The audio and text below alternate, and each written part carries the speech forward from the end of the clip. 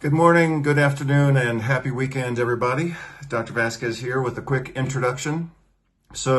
I believe it was I guess it was Thursday and Friday. I did a video review of the recent vitamin D guidelines published by the American Medical Association.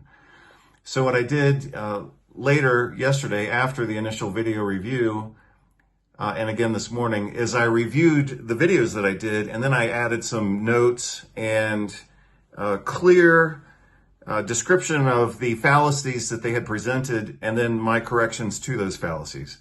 So again, even though the micro focus is to review the new guidelines on vitamin D supplementation, the bigger picture is that I'm working on an article for publication where I'm going to outline and exemplify each of the fallacies and strategies used by medical journals in their, in my opinion, pathetic attempts to always attack nutrition.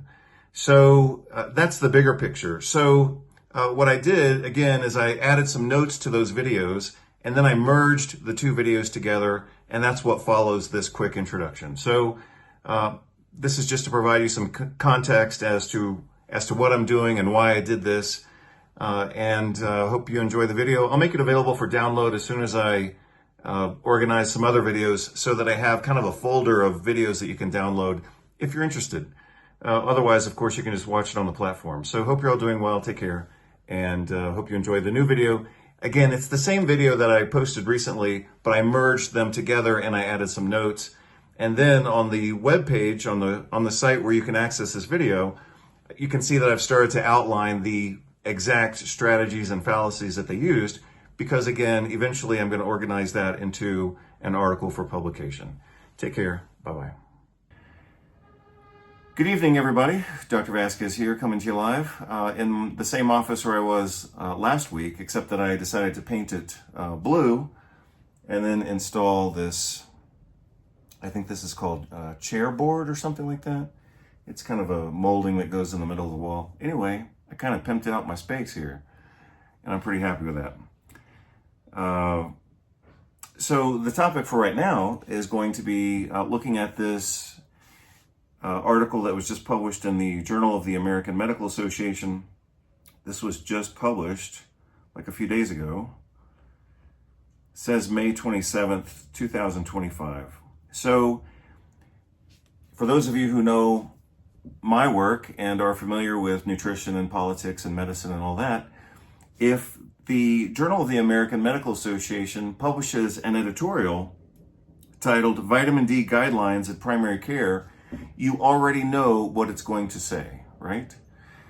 And so I pretty much knew what this was going to say before I read it, but of course I gave them the benefit of the doubt and I went ahead and read it anyway. And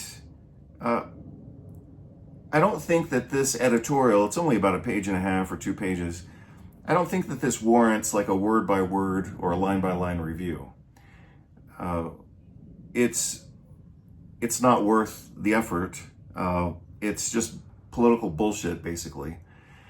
But it still warrants commentary, I think, because it is political bullshit in the form of an article in the Journal of the American Medical Association. So a lot of docs who are too busy, they would read this so they don't have to read the original research.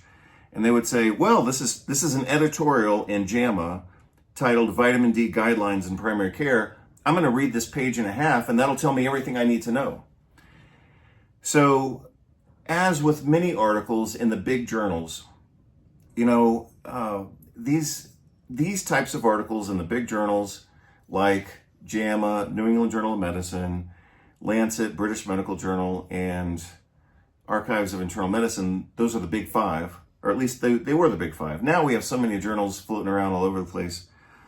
The big 5 probably still exist, but it's increasingly irrelevant.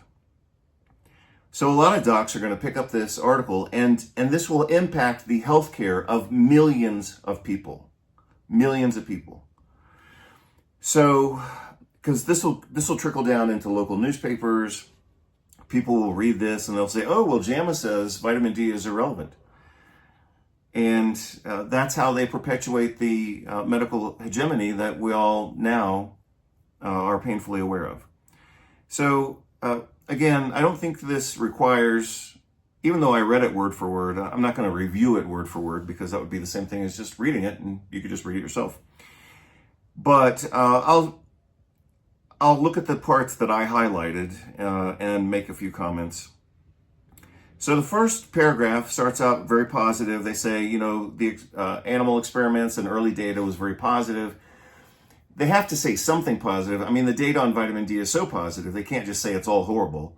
So they have to say that it's got some good to it. Typically what they say is this, and this is the pattern that I see, because obviously I read a lot of articles and I read a lot of vitamin D articles.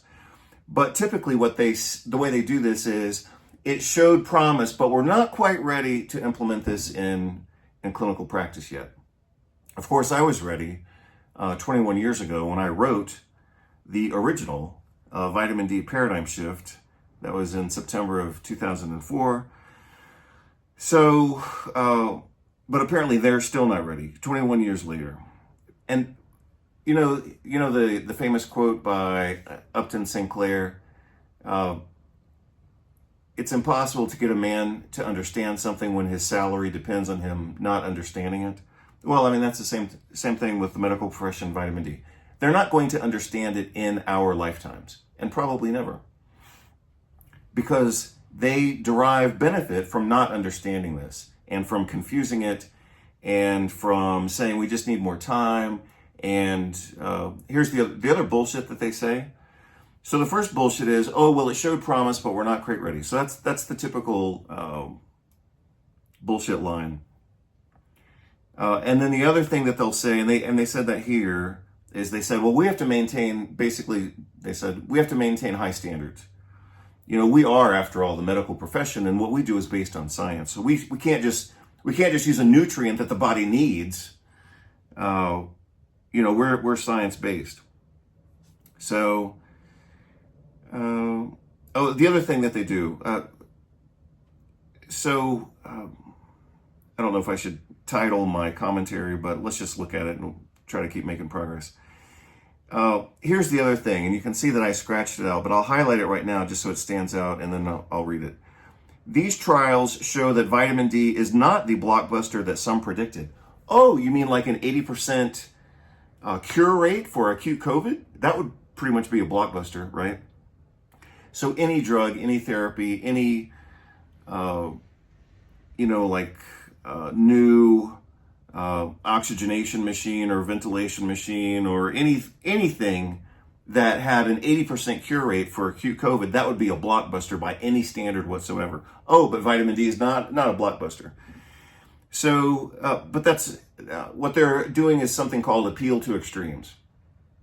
They're trying to, first of all, they say, well, and they use a lot of logical strategies and fallacies in this. But one is they give passing mention to the past as if they've reviewed the past. Well, they haven't even scratched the surface, because I have scratched the surface, and I've written, some of the major vitamin D review articles, and they have no idea, they're not even talking about it. So they'll mention the past as if they have reviewed it, and of course they haven't. The other thing that they do, which they just did here, the part that I just now highlighted, is they say, well, it's not a blockbuster. So, a lot of drugs aren't blockbusters, but we still use them in clinical practice of medicine. But what they're doing is setting kind of an artificial or double standard bar for vitamin D. Oh, well, it has to be a blockbuster. Oh, well, it has to be fantastic. Or we can't use it. Well, I mean, most of the stuff that we do in medicine is not a blockbuster, and it's not, some of it barely even works, but we still do it. So here, and I acknowledge it's maybe a little difficult to see because I scratched it out. The lack of clear-cut evidence, so it has to be clear-cut. It has to be clear-cut for vitamin D supplementation, and it is clear-cut. As a staple of chemoprevention means that clinical guidelines must be nuanced. So let me say that again because I stumbled over the last syllable. Vitamin D clinical guidelines must be nuanced because of the lack of clear benefit. Well, the benefit's already proven. The benefit's already really solid. So this is something else. One of the other strategies that I see when they're trying to slam or discredit nutrition is they say, well, it has to be nuanced. And that goes back to what I said a minute ago about, oh, well, we're scientific, we're sophisticated, we're educated, we're medical doctors. They don't know shit about nutrition. So it's not going to be a nuanced conversation if they've never studied the topic. But that's an appeal to their ego and their illusion or image of sophistication. Oh, well, we're just so sophisticated, we have really high standards. No, they don't. So they talk about some clinical guidelines that were published last year. We're in the middle of 2025. This is the American Medical Association, a multi-million-dollar organization with multi-billion-dollar influence. You're telling me they can't come up with their own guidelines? So they're just recycling bullshit, and that's what I said. The expert panel found insufficient evidence for screening to detect and thus treat low 25-hydroxyvitamin D levels. So you all should know by now that 25-hydroxyvitamin D is the blood test to measure vitamin D status. In the past, so we'll do a little bit of hierarchy here. In the past, we thought that this was the storage form of vitamin D. Now we know that this is the biologically active form. This 25-hydroxyvitamin D accounts for about 80% of the biological activity at the vitamin D receptor. So this is the payoff. This is the payoff for knowing vitamin D status and therefore knowing a lot of things about immune function, inflammation, antiviral defense, antibacterial defense, gut integrity, gut microbiome, depression, anxiety, and chronic pain. So this is where the payoff is. But if they can attack, you'll notice, look at the strategy that they're using. If they can attack the lab test, then they don't have to talk about the therapy, right? So that's another strategy that they use. And that's what the Endocrine Society used in their guidelines, the 2024, I believe, but they probably did it before. They said that the lab test is unreliable. No, it's not. It's the lab test that's been used internationally for 40 or 50 years to discuss the whole topic of vitamin D. And they say, oh, well, we just don't have a good lab test. Yeah, you do. You just got to use it. So that's, here, let's look at this one. So I didn't highlight this, so I'm going to jump into it kind of raw. Even though I read it, let's just see what they say. I presume it's bullshit. If you are, but they are speaking directly to primary care medical doctors and allopathic and osteopathic physicians mostly. And these days also nurse practitioners and physician assistants and etc. If you are a primary care clinician considering incorporating this guideline into practice, so remember, this guideline that they're talking about was bullshit. You might want to weigh several factors in addition to the estimated quantitative benefit. See how sophisticated they talk when they want to clusterfuck this topic. So they're going to use a lot of reference to the past. We know about the past. The lab test doesn't work. It's not a blockbuster. All these extremes and a lot of irrelevant stuff. Just look at the data. They're going to do anything other than look at the clinical data because they know that if they were to look at the clinical data and they would find an 80% cure rate for acute COVID proven in at least 3 studies in Spain, 1 study in Mexico, another study in India. And that was back in 2021, which is the last time I looked at the data on acute COVID. I mean, the data was so crystal clear, it should have been malpractice to not use vitamin D. Oh, but they didn't even include that data in their review. The data was incredible. And I did review it, and you can see the video that I did on vitamin D. So this is what I call pseudo sophistication. They're gonna use a bunch of sophisticated language to make it look like they actually thought this through, even though it's all bullshit. You might want to weigh several factors in addition to the estimated quantitative benefit. Well, I mean, come on, how are you going to come up with estimated quantitative benefit? You just have to ballpark it and say it's worth it, But if you're talking to a group of medical doctors who have never trained in nutrition, how in the hell they're not even capable of coming up with an estimated quantitative benefit, especially when articles like this don't even talk about clinical data. First, so they're telling you how to think in this. First, the first thing you have to think of is the extent to which the participants in the cited studies match the patient in front of you. Well, the international prevalence of vitamin D deficiency is about 60%. Human physiology is the same everywhere for the most part. So do you really need to match the study population with the patient in front of you? You're talking about something that's a global problem affecting the entire human race. Oh, but you got to make sure that this applies to your patient. It's just more bullshit. It's pseudo-sophistication to avoid taking action. Second is the extent to which, nobody thinks like that, maybe except in infectious diseases and using antibiotics, because that can vary from region to region. Because the bacteria and the viruses can, be mutated or drug resistant or whatever. But we're talking about human physiology here. A vitamin D study in Iran isn't going to be, or Saudi Arabia is the one I'm thinking of, is not going to be radically different from a vitamin D study done in St. Louis, Missouri, So, excuse me. Again, this is pseudo-sophistication to monkey wrench doctors' thinking, so they'll have reason to be cautious and say, oh, well, I'm being cautious. The data's just not ready yet. Second is the extent to which clinical training and expertise of the guideline panel membership matches yours. That's the fucking craziest. That's one of the craziest fucking things I ever heard in research. So I'm going to start from the first sentence. If you are a primary care clinician considering incorporating this guideline into practice, you might weigh, if you're smart, you would take our advice. You might weigh several factors in addition to the estimated quantitative benefit. Well, what's the risk of physiologic dose of vitamin D? Practically nothing, because it's physiologic. What are the benefits? Massive.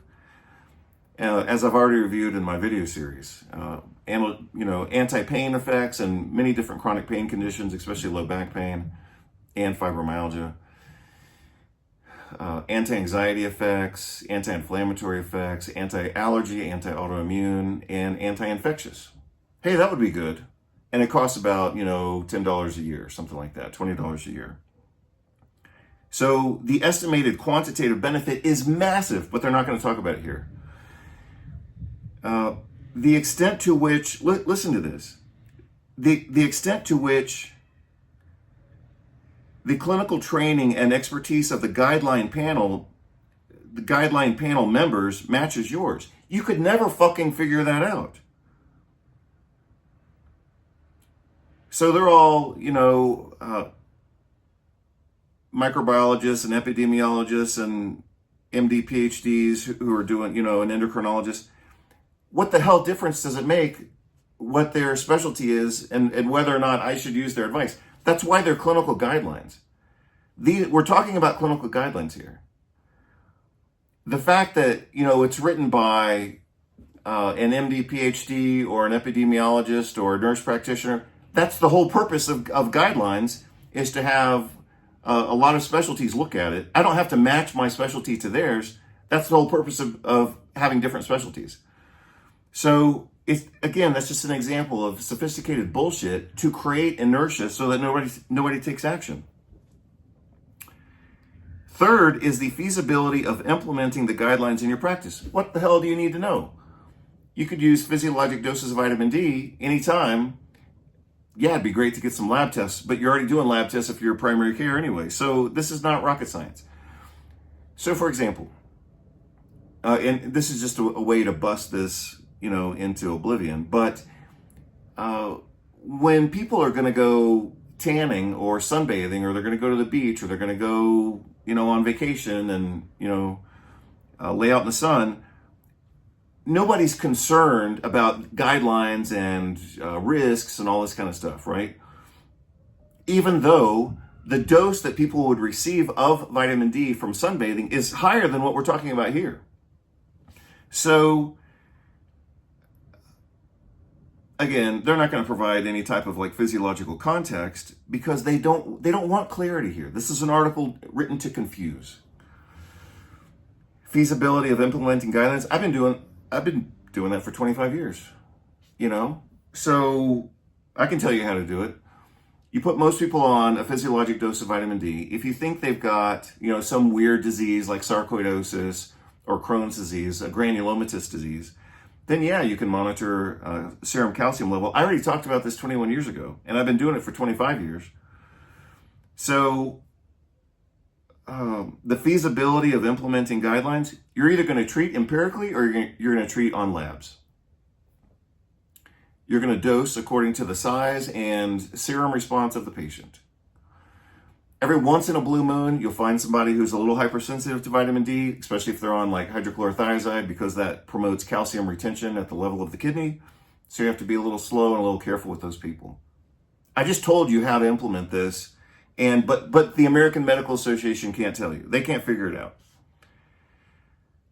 So again, I just bounced into that paragraph kind of randomly, but it shows you the level of bullshit that this is. I mean, they're trying to make it sound so complicated.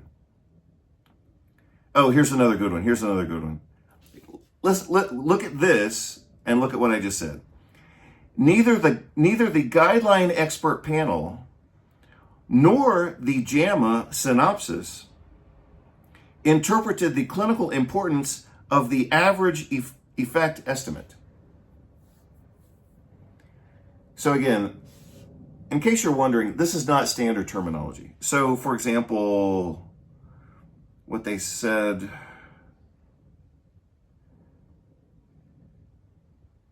so just in case you're wondering, to the best of my knowledge, having studied medicine now for 30 years, going to an undergraduate degree, chiropractic, naturopathic medicine, osteopathic medicine, hospital training and family medicine, I've never heard some of these terms. So, look at how they say here, and I've read thousands of articles, and I've done CME conferences, and I've written books and articles and all this kind of stuff. So, I mean, I'm pretty familiar with medical language. This term, estimated quantitative benefit, I've never seen that used as a term. They use it as if it were an established phrase. Like, I'm supposed to know what that is. Oh, the EQB. Of course, I need to calculate the EQB, the estimated quantitative benefit. I mean, that's not a term that doctors are throwing around every day. You could say risk-benefit ratio or something like that. I mean, that's how we think. I mean, that's how we're trained to think. But here they did it again. They use language in an unusual way that, like, I've never seen this before. Neither the guideline expert panel nor the JAMA synopsis authors interpreted the clinical importance of the average effect estimate. I don't even know what the hell that means. But that's not a standard term in medicine. Average effect estimate? What the hell am I doing? I'm supposed to calculate, like, I mean, that's the purpose. They're trying to make any reader feel like they don't know what the hell they're doing, so they'll avoid this topic. I don't know what estimated quantitative benefit means. How would I calculate that? They don't even define it, or they don't even use a reference here like, oh, you should read the citation to find out how to do this. I don't know what an estimated quantitative benefit is, unless you're just asking me to ballpark it. Then just say ballpark it. Same thing here. Average effect estimate. How in the hell would I calculate that? Unless it's specific to a very well-defined clinical disease like COVID, for example. Acute COVID, consistently 70 to 80% cure rate for acute COVID with appropriate dosed vitamin D. So in that one setting, I could say, yeah, we've got good clarity. But let me go back to look at the same sentence. So again, what I focused on when I just read this twice is their use of unusual terminology. They're trying to make any run-of-the-mill doctor is going to feel like they don't know what the hell they're doing when they read this article because of the use of unfamiliar terminology. Neither the guideline expert panel nor the JAMA synopsis interpreted the clinical importance of the average effect estimate. So basically what these authors just said is they didn't even look at the clinical data. But then they're telling you that you have to estimate the quantitative benefit. Well, if they didn't even include it in their review, and it's not even in the guidelines, how in the hell does anybody think that the average busy family medicine doctor, primary care, is gonna figure this out on their own? So that's crazy. But again, that's the purpose.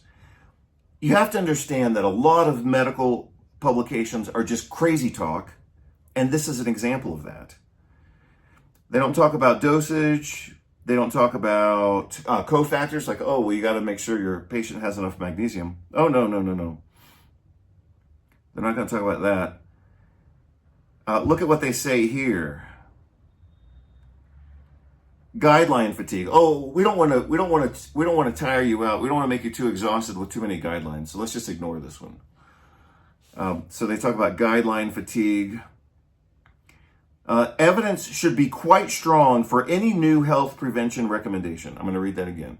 Evidence should be quite strong for any new health. See, this is the double standard.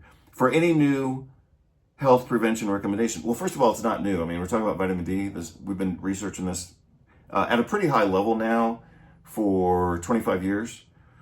So, but you got to have a high burden of proof. You got to have a lot of strong evidence. Oh, but what about those experimental injections that were approved based on data from the drug company? That was okay. We didn't need data for that. Oh, and then they just say some stupid stuff there. So that's about it. So like I said, I don't want to do a line by line because it doesn't really warrant it. They're just going to say bullshit until they exhaust people with the topic, and then people will ignore it. And that keeps them in power. That keeps the medical machine in power. I'll just read the conclusion. So again, if I were a busy family medicine doctor, I would look at this, I would scan over it, I would say, wow, this is a bunch of confusing bullshit. And I would say, what's the conclusion here? Regarding vitamin D, current recommendation published in 2021, again, why are we going back now 5 years, 4 years, concluded that evidence is insufficient to recommend for or against routine screening. So again, if they're going to ignore the topic by putting into question even the laboratory test, even though it's internationally standardized and we've got reference ranges, etc. The 2024 guidelines of the Endocrine Society, which were total crap, are consistent with this recommendation. Oh, well, hey, let's just recycle crap. That's easier than thinking. So, and that's what I said over here. Instead of thinking, they're just recycling bullshit. So, where the Endocrine Society extends too far, in our opinion, is recommending vitamin D supplements for the general population because 60 to 80% of the population is deficient. That would be a good reason.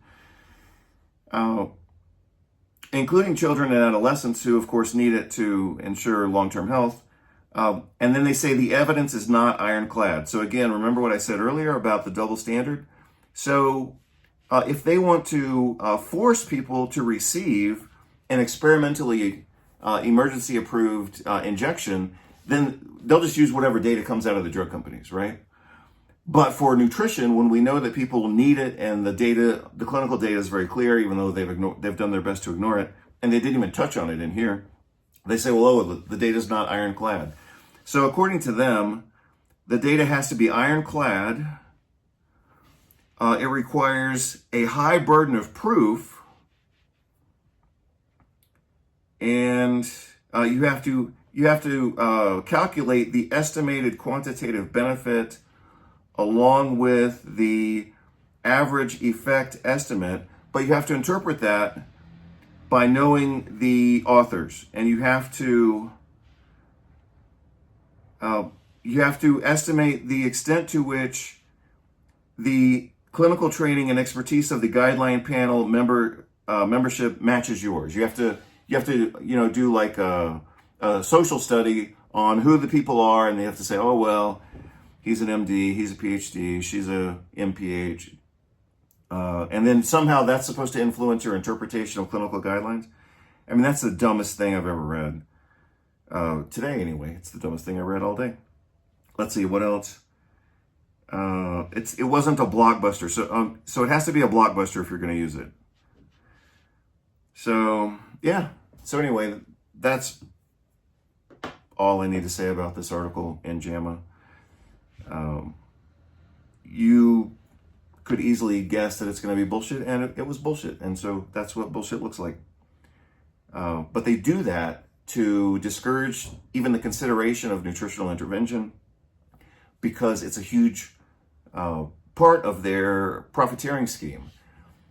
Vitamin D deficiency promotes chronic pain. Vitamin D deficiency promotes depression and anxiety.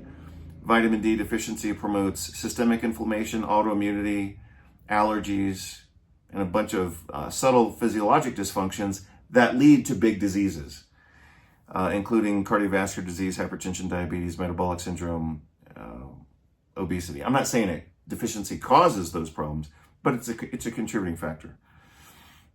And then when you look at the data on infections and using vitamin D as a therapeutic against various types of virus infections, bacterial infections, and acute COVID, I mean, the data is just incredible. They don't even want to touch on it. And the guidelines, which they're referencing here, the guidelines from the Endocrine Society didn't even talk about it, even though the data had been published in their journal. It was published in the Journal of Clinical Endocrinology and Metabolism, which is the official publication of the Endocrine Society. So they ignored their own data in order to say, oh, well, we don't know. Maybe vitamin D is not ready for prime time yet. And we have such exacting standards that we only use things that are blockbusters after we have estimated the quantitative benefit, and we did another calculation for the average effect estimate.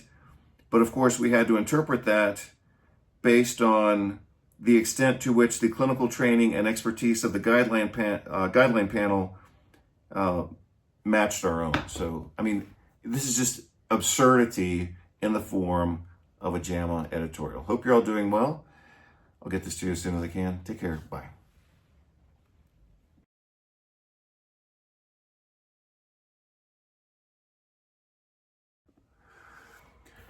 Good morning, everybody. Dr. Vasquez here, coming to you bright and shiny, as I usually am in the morning.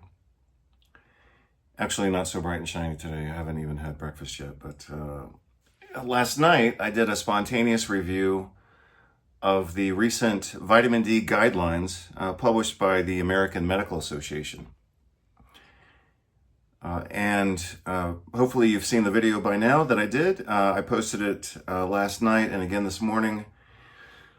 And in the process of posting that video last night, I saw that JAMA had published a video review of presumably their own recycled bullshit. So I didn't have the expectation to do what I'm going to do right now, which is a video review of their video review. This is available on their YouTube channel. I'm gonna play the video, and maybe every once in a while I'll stop and comment on it. But I just want to see what they've said. Since I'm already kind of in the theme of vitamin D and reviewing their anti-nutrition propaganda, since it's early in the morning, I thought, well, I'll go ahead and continue that theme right now. So I haven't seen the video. It's 18 minutes long, which is a bit long, actually. I mean, in that much time, they could reform healthcare. So what I'm going to do is play back the video and watch it and do a little commentary. I'm going to try to play it back at 1.5 speed, so that makes this review a little faster. If that's too fast, then of course I'll slow it down. My goal in getting through this is to see what they say, debunk what's bogus in it. But one of the ultimate outcomes of this exercise, in addition to the video review that you're seeing right now, is that eventually I'm going to publish a paper. I've already talked to the journal. I've already talked to the editors.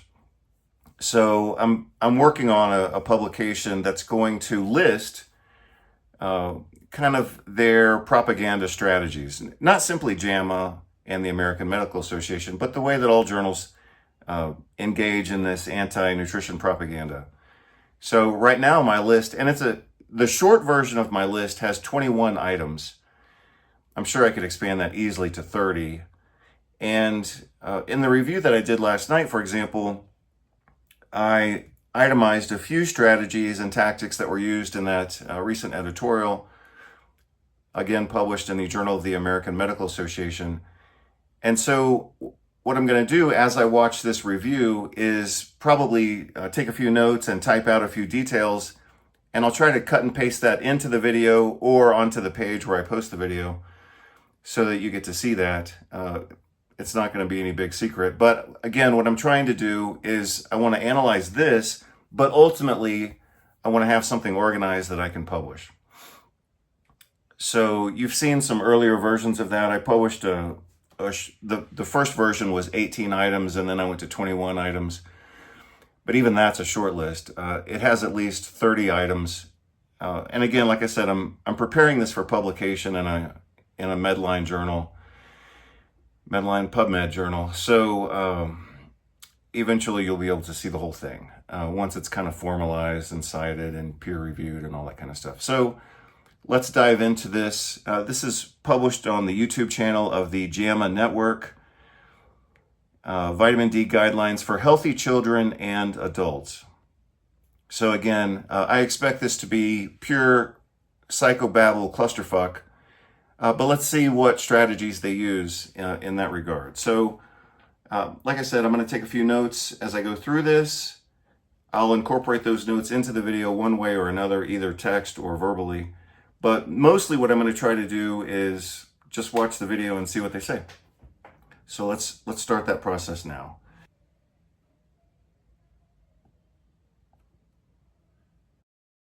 From the JAMA Network, this is JAMA Clinical Reviews, interviews and ideas about innovations in medicine, science, and clinical practice. Here's your host. Hello, and welcome to our listeners around the world. You're listening to the JAMA Clinical Reviews podcast. Thanks for being here.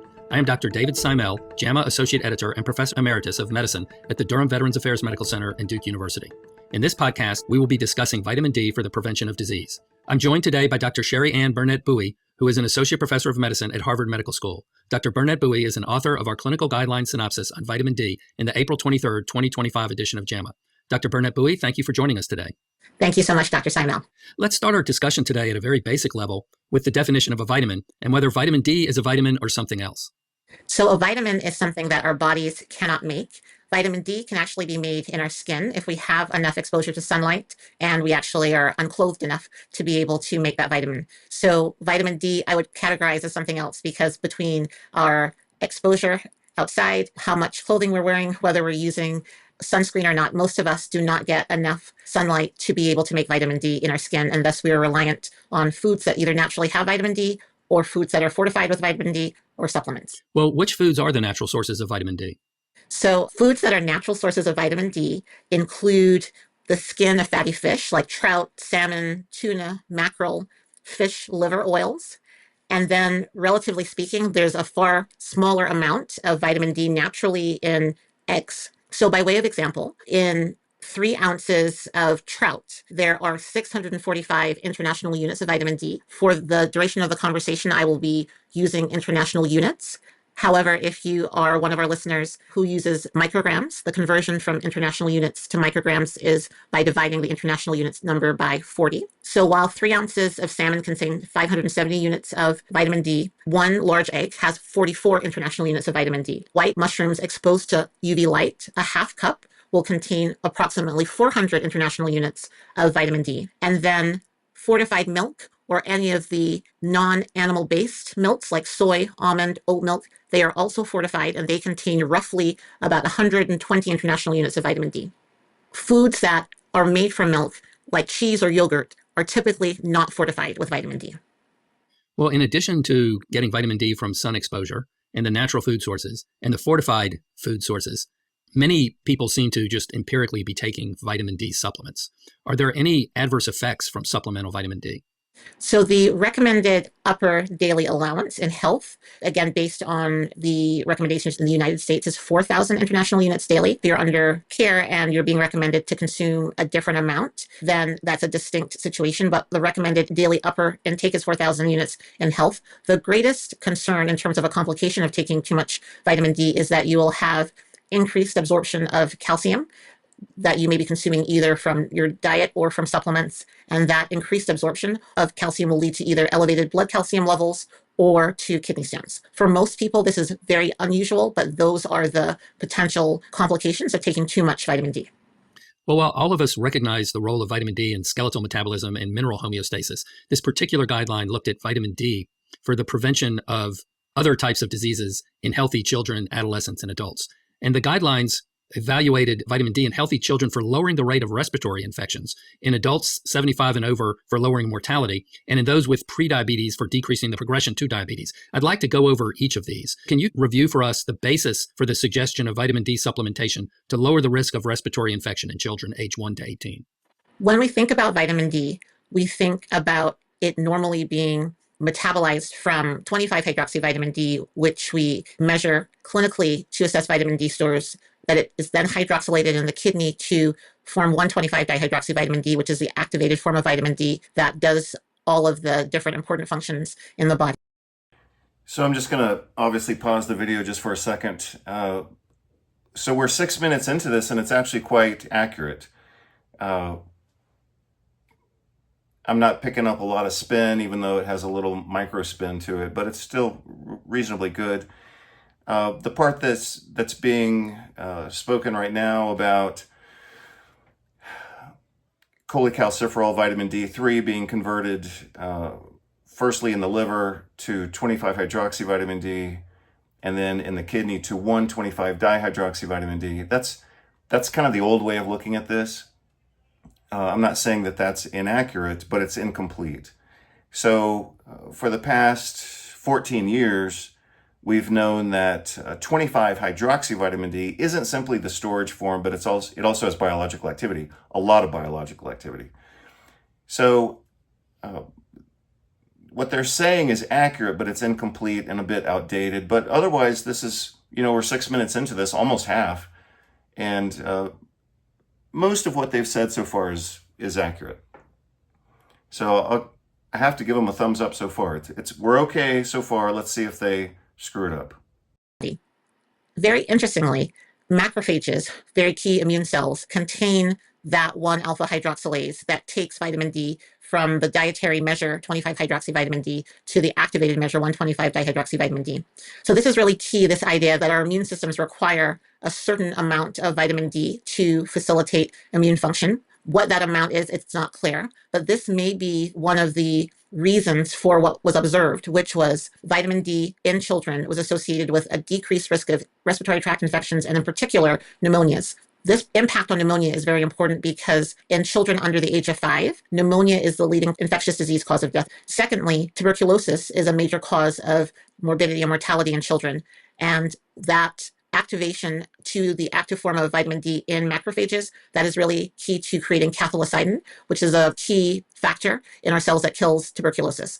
So the pathway to vitamin D having supplementation in children to prevent infection is one of the clearer ones, and it really has to do with what's occurring in the immune system in generating this activated vitamin D moiety.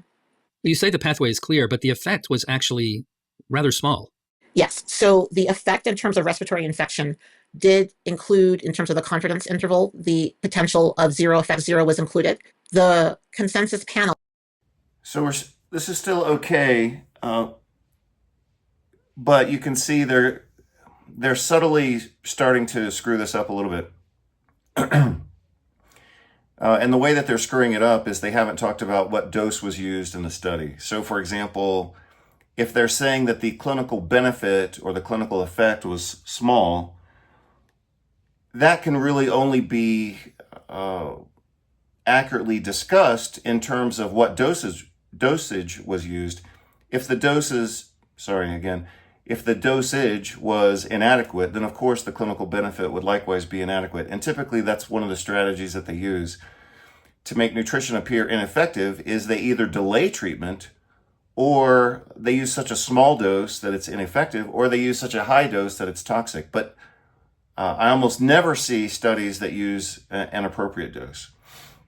So, the dose for kids should be 2,000 international units at least. And the other thing is, and I've mentioned this before, but when we talk about children, the range of body weight and size in children, I mean, children is any kid from 1 year of age to 18. So, a 1-year-old kid might weigh whatever, 40 pounds or whatever. An 18-year-old kid could weigh 200 pounds. So obviously the dose has to be considered. In any conversation on antibiotics or anti-seizure drugs, they would be talking about dosage. But that's one of the strategies used to confuse the conversation on nutrition, is they don't include that obvious basic pharmacology nuance, which is you have to give the appropriate dose of the therapeutic. So you'll, even without mentioning it, and that's the strategy, is they're leaving this topic to be somewhat blind in the eyes of the listener, because they're not talking about nuance. What is the age of the children being discussed here? What was the dose used, and what was the timing? In one of the JAMA studies that I reviewed back in 2021, they delayed treatment in acute COVID by 2 weeks. And then they said, well, the vitamin D didn't work. Well, of course it's not going to work if you wait 2 weeks. No antibiotic is going to work if you wait 2 weeks in the treatment of infectious disease. So let's just see where they go with it. But again, we can't talk about clinical efficacy without talking about dosage per size of the patient. Recommended empiric treatment still with supplemental vitamin D in children because of the concern of comorbidity and mortality related to low vitamin D and infection. And then secondly, because of the inexpensiveness of taking a vitamin D supplement, and also the expense related to testing and the healthcare associated with being tested. So while there may have been a small demonstrated impact with the potential for there to be a null effect because 0 was included in the confidence interval, because of the epidemiologic data that exist, because of the physiology, which truthfully was not necessarily included in the guideline, but it's something that has been discussed. Oh, so they didn't mention the physiology in the guideline. So that's another way that they confuse the topic, is by not presenting all the data. So even her mention of vitamin D in the immune system was grossly incomplete, but at least she talked about it a little bit. But then she's saying that in the guideline, they didn't even talk about mechanisms. That's a way to keep this whole conversation vague, and, we don't know if it works, and we don't even know if there's biological plausibility for it to work. So you can see they're getting a little bit, loose with their scientific rigor. Scientific rigor apparently never applies to nutrition reviews in JAMA and the big journals. So let's just see where they continue with this. By many people who do vitamin D research, ultimately the recommendation was made for children. In addition, because there is a potential for rickets and the impact on musculoskeletal health, that was again another reason for supplementing children with vitamin D empirically without measuring their 25-hydroxyvitamin D levels. So the recommendation from the Society for Children aged 1 to 18 was to take supplemental vitamin D to achieve a small effect. And there actually may be no effect if you look at the results. But what about the decrease in mortality for those 75 and older? How strong was that effect? For the individuals who are ages 75 and older, that was when there was a recommendation for additional empiric vitamin D. The effect, once again, with regard to mortality in that particular age range, did include 0. So there is the possibility of no effect. However, in terms of what was observed, they observed that there was a reduction in death of approximately 6% with vitamin D supplementation of 9. So again, in the world of vitamin D conversations in major medical journals, this has been a reasonable conversation so far, except for this point right here, where they're talking about using 900 international units for adults. I mean, that's completely inadequate. So when I wrote the vitamin D paradigm shift in 2004, even then, a conservative recommendation was 2,000 international units for children and 4,000 international units for adults. And here she is talking about 900, and the recommendation for adults should have been at least 4,000. So they're only giving less than 25% of the physiologic requirement here based on the clinical trial published by Robert Heaney in January of 2003. So you'll notice the lack of sophistication in this conversation. I mean, they're ignoring data that is definitive data published 22 years ago, and they're not even talking about it. And that's why they're underdosing, and that's why the effect range is rather small and modest. 900 international units. That would have been in addition to the recommended daily intake of 800 units. Well, we all recognize the very high prevalence of prediabetes. And for those affected patients, the guidelines suggest that additional vitamin D might decrease the risk of progression to diabetes. How much vitamin D was used in the clinical trials that evaluated prediabetes, and what were the effects from those trials? The challenge with these analyses were that the vitamin D dose actually varied across the different studies. There were 10 randomized clinical trials that were studied. In addition to the vitamin D dose varying, the duration of the studies varied from 6 months to 60 months. What they observed was that taking approximately an average weighted daily dose of vitamin D that accounted for the differences in doses and the differences in duration, but an average weighted daily dose of 3,500 units of vitamin D resulted in 2.4% fewer individuals progressing from prediabetes to diabetes. Again, the confidence interval did abut zero, so there is the potential for there to have been no effect. But on average, the risk difference was 2.4% fewer people developing diabetes from prediabetes. So to put that dose in perspective, I believe you said that the recommended daily intake for adults over age 70 would be, somewhere around 800 international units, 600 to 800 international units. And in these trials that were summed up in the meta-analysis, the average dose was 3,500 units. That is correct. And then once again, we have an effect that maybe could be important if it's real, but there's a possibility of no effect. Correct.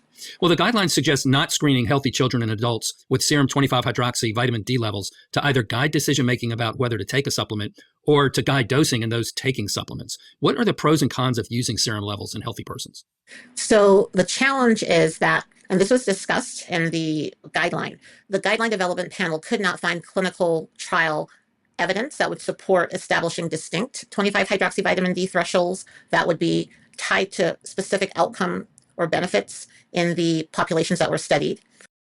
So again, they don't want to find the answer. I mean, I published a small kind of infographic back in 2021, I believe.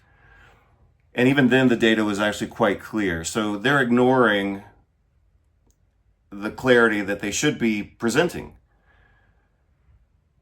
So this is just a way to confuse the topic, but let's just see what else they say. And in addition, the guideline development panel no longer recommends or endorses that a certain 25-hydroxy vitamin D defines vitamin D sufficiency. I mean, that's just absurd. So now she's saying that the guidelines state that we just don't know. No level has any meaning. I mean, that's absurd. That's absurd. So, but that's how they confuse the topic. And that's the goal. That is their goal. Their goal is to confuse the topic so that doctors just ignore it. Insufficiency, deficiency, this was different from their prior recommendations. And because of those challenges and the fact that vitamin D is inexpensive, taking vitamin D supplementation translates into about a cost of $10 to $50 per year. Contrast that with the cost then of having your vitamin D level measured. That is at least $25 to $100 per test, and that does not account for the other healthcare costs associated with having blood work done, nor challenges with some of the accuracy of measurement of vitamin D, nor the fact that there may not be access to vitamin D measurements. So all of that together led the panel with what I mentioned earlier, that vitamin D is typically safe to be consumed with few side effects for them to recommend against screening with 25-hydroxy vitamin D to determine who should be supplemented or not. In thinking about vitamin D supplementation and the implementation of these guidelines, are there other things you would like our listeners to know or information that they could convey to their patients? I think the main consideration that I would really stress, these guidelines, this update relates to patients who are healthy, and it does not apply to patients who have certain diseases that might impact their vitamin D metabolism, nor does it pertain to patients who have diseases that having vitamin D levels that are quote unquote normal, it would be important for them. So if your patient has advanced kidney disease, if they have malabsorption, if they are at risk for low vitamin D levels because of either their diet, being vegetarian, being lactose intolerant, being breastfed, or if they are on certain medications that might increase the metabolism of vitamin D, those are patients who you should screen with 25-hydroxyvitamin D. If your patient has hypocalcemia, low calcium levels, prior fragility fractures or osteoporosis, again, you should be screening them with vitamin D levels and ensuring that they are at least 20 nanograms per ml. And based on 20 nanograms per ml is complete deficiency. So that's an absurd baseline for her to reference. other clinical parameters, whether that patient has hyperparathyroidism, by way of example, you might desire a higher 25-hydroxyvitamin D level. But the key thing is that these recommendations are for patients who are healthy and they are for the prevention of disease. Well, thank you, Dr. Burnett Bowie, for joining us today to talk about vitamin D supplementation in healthy children and adults.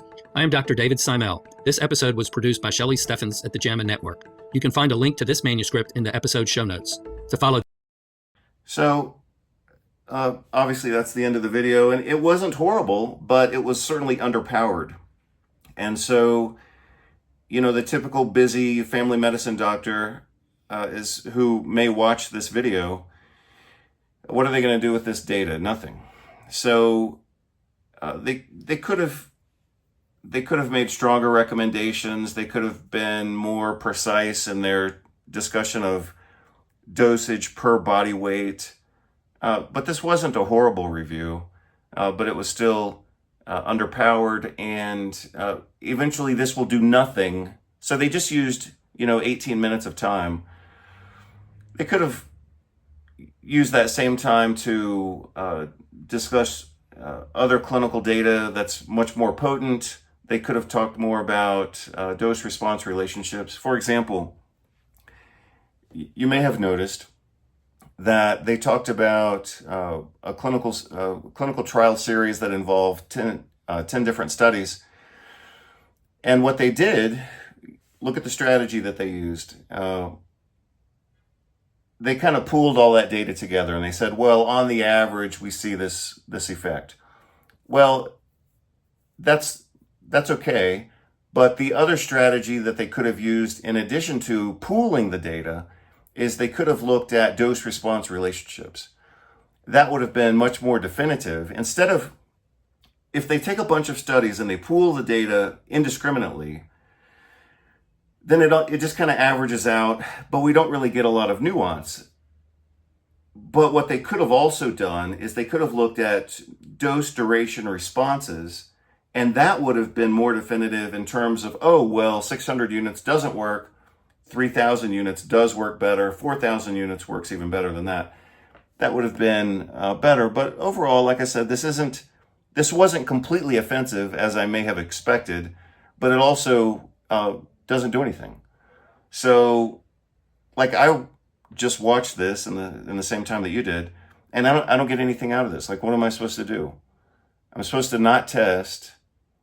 I mean, the take-home message that I get from this video is, well, don't test the general population. Test people who are at higher risk. But then what do I do? Am I treating them? Am I giving them, 900 units, or am I giving them 3,500? If they're going to title this vitamin D guidelines, then make it a guideline that's actionable. I mean, this is just kind of a Melba-toast conversation that doesn't move the needle one way or the other. But at least it wasn't horrible. Anyway, that's my quick review of this topic. Hope you're doing well. Take care. Bye.